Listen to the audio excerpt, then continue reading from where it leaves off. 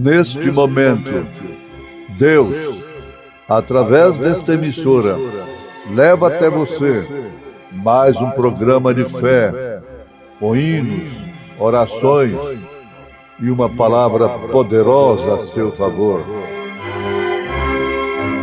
Fé para vencer o mundo. Somente crer, somente crer, tudo é possível, somente crer, somente crer, somente crer,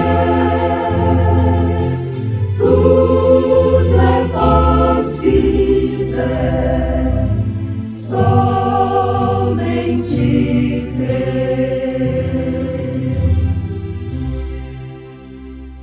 E não entristeçais o Espírito Santo de Deus, no qual estáis selados para o dia da redenção.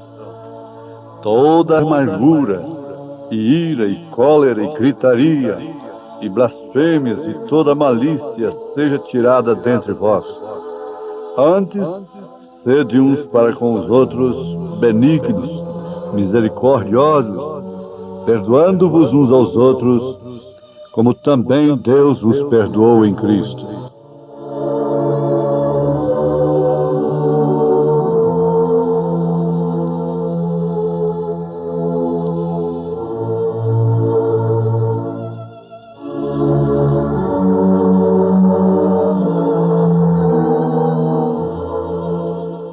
Estamos aí na carta de São Paulo aos Efésios, capítulo 4, a partir do verso 30.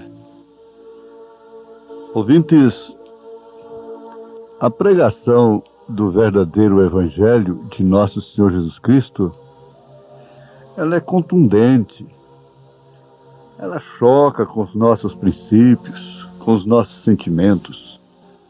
Pensemos um pouquinho. Seria justo nós aplicarmos, por que não dizer, o dinheiro do povo no rádio e em outros meios para ficarmos contando historinha de Jesus e outras coisas assim anunciando um evangelho que simplesmente vem a cauterizar a nossa consciência? Não, não é justo. Se no mundo de Paulo, a igreja, não vamos falar no mundo, a igreja precisou de uma carta como a primeira carta aos Coríntios, como a segunda carta, como a carta aos Romanos. Veja aí, capítulo 1 na carta aos Romanos, é contundente, é chocante, fere sentimentos daqueles que estão se inflamando, homem com homem, mulher com mulher. Agora eu pergunto, se Paulo tivesse a oportunidade de pregar no rádio, na televisão, se houvesse naquele tempo, o que ele teria pregado? Exatamente aquilo que ele pregou até a noite toda lá, que caiu um rapaz e morreu. A mesma coisa que ele escreveu em suas cartas. Se ele fosse escrever hoje, o que escreveria São Paulo? Ele diria, não, agora nós estamos numa era mais moderna. Não é assim. E não podemos ferir os sentimentos. É questão de ética. Por isso, tenham paciência. Agora, existe uma lei no rádio, principalmente do rádio, né? A televisão. Você muda de canal, muda de frequência, desliga, ouve somente quem interessa. Nós vamos pensar aqui um pouquinho sobre esse tema que envolve a ressurreição. Vamos pensar buscando a mensagem do profeta desta era como base, o testemunho de uma verdadeira testemunha. todas as mensagens que nós pregamos têm um fundamento na mensagem da era. Então vamos pensar aqui no que São Paulo diz inicialmente. Nós estamos selados, em outras palavras, ele está dizendo, nós estamos selados não é até o próximo avivamento, não é até chegar o próximo avivalista na nossa igreja, não é até vir aquele grande evangelista internacional. Não. Nós estamos selados até o dia da nossa redenção. Efésios capítulo 4, verso 30. Ele diz, não entristeçais o Espírito Santo de Deus, no qual fostes selados até o dia da vossa morte? Não. Porém, da vossa redenção. Vejamos aí que a morte, essa palavra tão temida, né? Está acabada. A morte está vencida. Porque se a nossa redenção fosse só até o dia da morte, e para sermos bonzinhos aqui para a sociedade, e o povo falar bem de nós, então a morte seria vitoriosa. Ela teria vencido. Isso é certo. Mas ela não venceu. Porque até o dia da nossa redenção não se refere à redenção do pecador aqui, propriamente. Porque mesmo a terra será redimida. Até o dia em que nos integrarmos completamente àquela reconciliação total e assim estarmos em corpos celestiais glorificados. Até lá, você está selado com o Espírito Santo. E isso não é para outra coisa, senão para ser testemunha.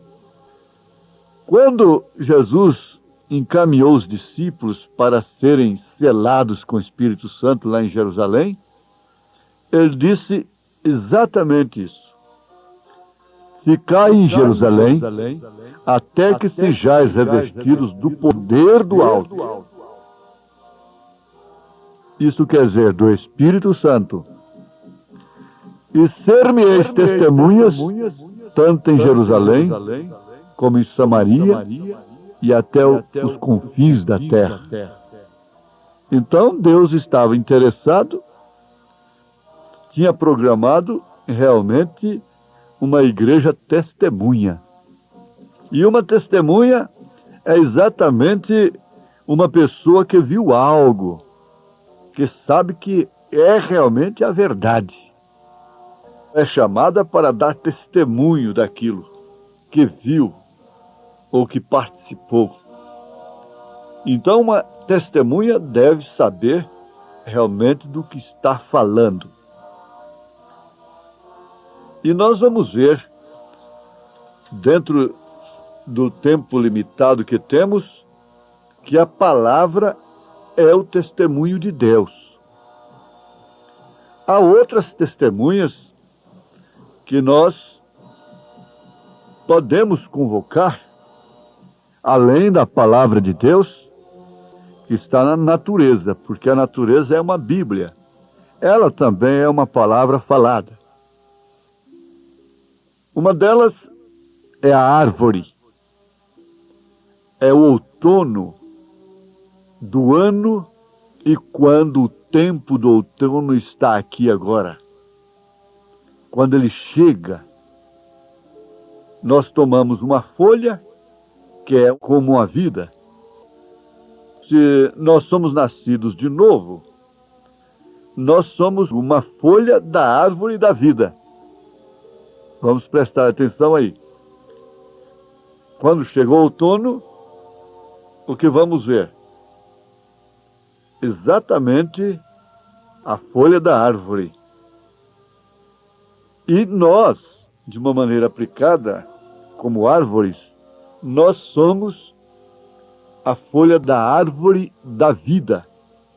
E esta árvore que nós vemos aqui pelas florestas, finalmente ela deixa cair a sua folha, porque a estação está determinada para a folha. Chegou o tempo, a estação dela cair. Então a vida deixa a folha, e a folha cai quando a vida a deixa. Nós estamos todos certos disso, nós conhecemos muito bem isto. As crianças podem entender isso. Quando nós contemplamos isso nas nossas próprias janelas aí, nos nossos quintais, nas avenidas, você vê aí as folhas que caem. Por quê? É porque a vida deixou aquela folha e a folha caiu. E esse é exatamente o corpo que nós enterramos. Porém, a vida que estava nessa folha que caiu, volta de onde ela veio, para baixo, através da árvore, até a raiz. Ela volta. Nada se perde, tudo se transforma, diz alguém. E ali ela permanece na raiz da árvore até uma outra estação. Você deve prestar atenção nisso, é a razão pela qual São Paulo disse: não quero, porém, irmãos, que sejais ignorantes acerca dos que já dormem, como os demais que não têm esperança. Porque assim como Cristo ressuscitou dentre os mortos, assim também Ele trará dentre os mortos aqueles que com Ele dormiram, foram sepultados. Então, veja, a folha permanece ali. Se você vai numa mata, é o que acontece.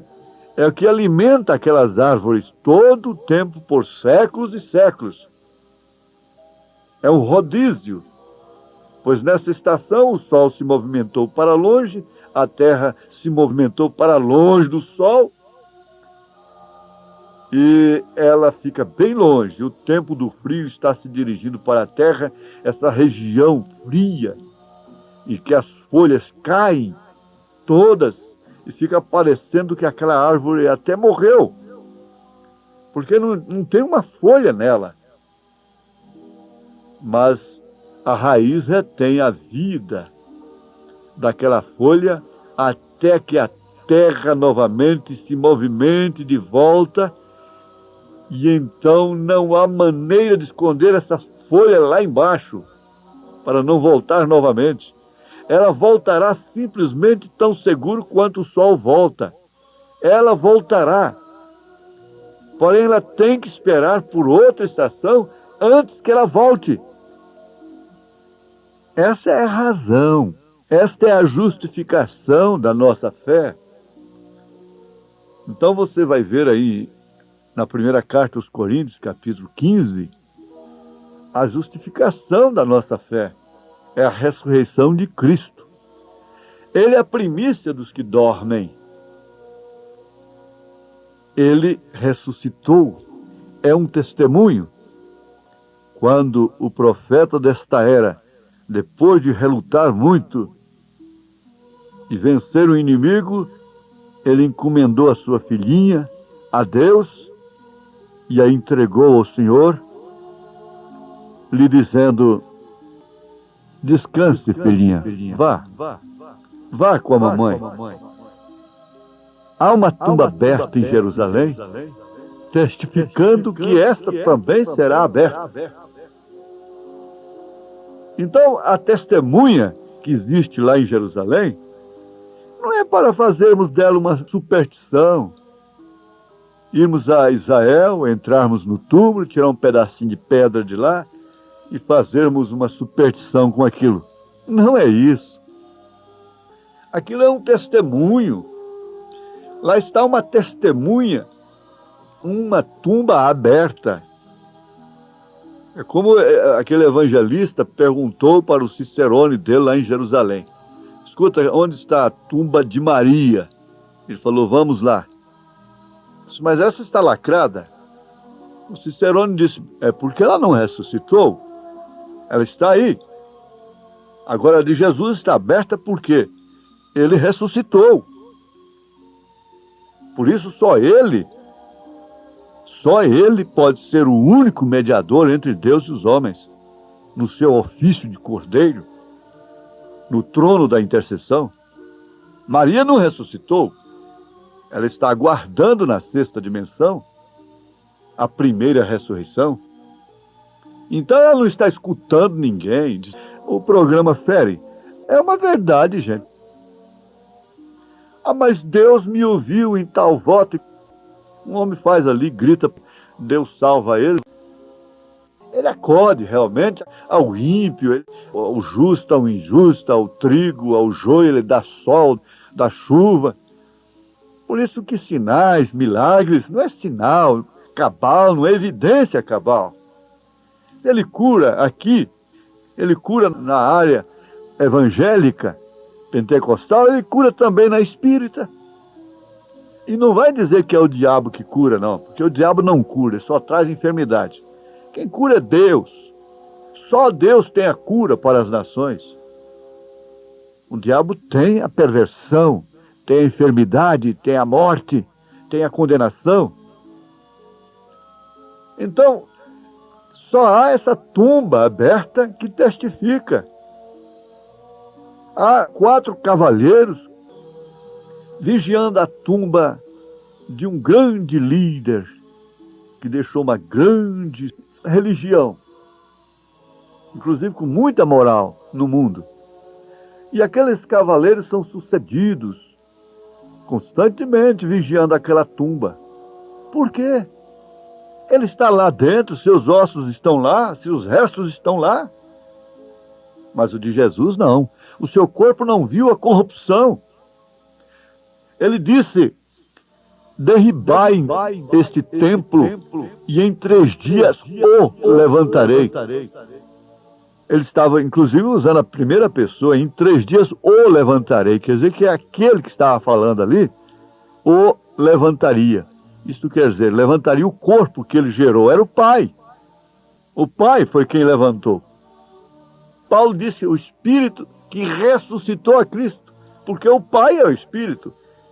O Espírito Santo gerou a Jesus Cristo. Veja se isso chega, se isso basta para nós. O Espírito Santo gerou a Jesus e ressuscitou a Jesus Cristo. Leia a carta aos Romanos, capítulo 8. Sim. Então você vê, Mateus diz que Jesus foi gerado pelo Espírito Santo. Agora você pega São João, capítulo 2. Você vê lá e você vai encontrar Jesus dizendo isso. Derribai esse templo e em 3 dias o levantarei. Paulo disse, se o Espírito daquele que ressuscitou a Cristo dentre os mortos, que é o Espírito Santo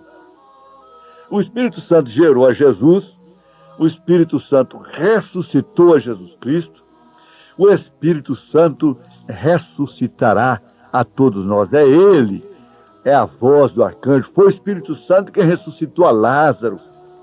Foi o Pai. O Filho chorou. O Pai ressuscitou. O Filho mandou tirar a pedra. O Pai disse, Lázaro, sai para fora. E o morto levantou. Está lá a testemunha, vamos matá-la. Não adianta. Não adianta matar o testemunho. Ninguém pode matar o testemunho. Vamos derrubar as folhas. Elas vão adubar a raiz. E elas vão voltar através da seiva e vão brotar novamente. Por isso aquele crítico alemão, no seu livro, criticou o profeta desta era, dizendo, como pode esse William Marion Branham pregar um Deus com tanto fanatismo, com tanta coisa assim, um Deus que ficou com os braços cruzados enquanto seus fiéis morriam nas arenas de maneiras mais atrozes, mais terríveis, defendendo o ceticismo que está matando os ateus aí com o alcatrão, a nicotina e tantas outras coisas, matando o mundo. A chacina que o diabo tem feito, ninguém vê. Só vê aqueles que morrem por Jesus Cristo. Eles só veem os barcos que afundam antes de chegar no porto, mas eles não veem o barco que chega seguro no porto. Eles não conhecem a testemunha, eles não conhecem a razão do Espírito Santo ter sido dado no dia de Pentecostes. Então, será que isto não sela a sua fé até o dia da redenção? O Espírito Santo gerou a Jesus Cristo, ninguém pode contestar. E por isso ele é o Pai. O Espírito Santo ressuscitou a Jesus Cristo. Derribar esse templo, em 3 dias o levantarei. E esse Espírito Santo que ressuscitou a Cristo, que habita em nós, também vivificará os nossos corpos mortais. Agora, em qual escola de pensamento Paulo tirou isso? Foi nos pés de Gamaliel?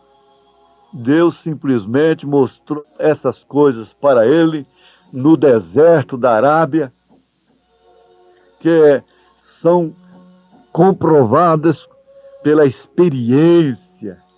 Não é teoria, é experiência. Não é pensamento, é experiência, é testemunha. Então, essa árvore está testemunhando da ressurreição. Está aí uma mensagem no seu quintal, na sua porta. Sai na janela. Olha aí. Ela está aí. Está testificando. Por isso São Paulo mesmo disse que a natureza deixa todos os homens inexcusáveis diante de Deus. Isto quer dizer, ninguém terá desculpa diante de Deus. Isso é a pura verdade. Não é a teoria apenas, mas é a experiência vivida do apóstolo, é a experiência vivida do próprio Deus, praticada pelo próprio Senhor.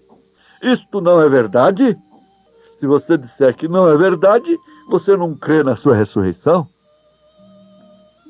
Então vamos fixar nisso. Essa testemunha parte lá de que o Espírito Santo gerou a Jesus Cristo, portanto ele é o Pai. O Espírito Santo levantou a Jesus Cristo dentre os mortos. O seu corpo não viu a corrupção. Ele não está entre os mortos. Ele é a primícia dos que dormem. Ele ressuscitou. É a justificação da nossa fé, a sua ressurreição.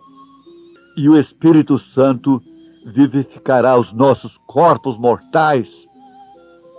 E nós também seremos ressuscitados ou transformados para encontrarmos o Senhor nos ares. Em nome de Jesus Cristo, cele esta fé no seu coração agora. Amém.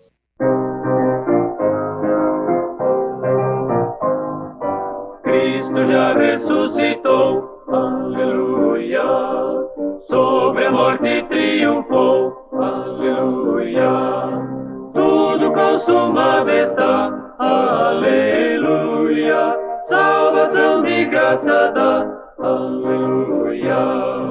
Uma vez na cruz sofreu, aleluia, uma vez por nós morreu, aleluia, mas agora vivo está, aleluia, e para sempre reinará. Aleluia, gratos e nos entoai, aleluia, a Jesus o grande Rei, aleluia, pois a morte quis baixar, aleluia, pecadores quis salvar, aleluia, aleluia, aleluia, aleluia.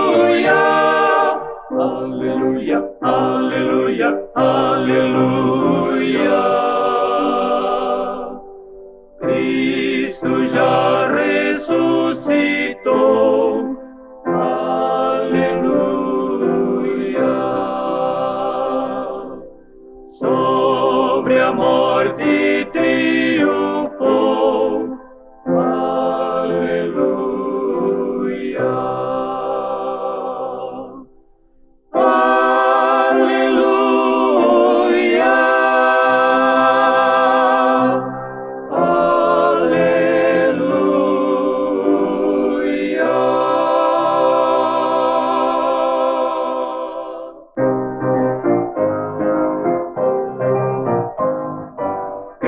Cristo já ressuscitou, aleluia. Sobre a morte triunfou, aleluia. Tudo consumado está, aleluia. Salvação de graça dá, aleluia. Uma vez na cruz sofreu, aleluia. Uma vez por nós morreu, aleluia. Mas agora vivo está, aleluia. E para sempre reinará, aleluia. Gratos e nos entoai, aleluia. A Jesus o grande Rei, aleluia. Pois a morte quis baixar, aleluia. Pecadores quis salvar, aleluia. Aleluia, aleluia, aleluia. Aleluia, aleluia, aleluia. Cristo já ressuscitou.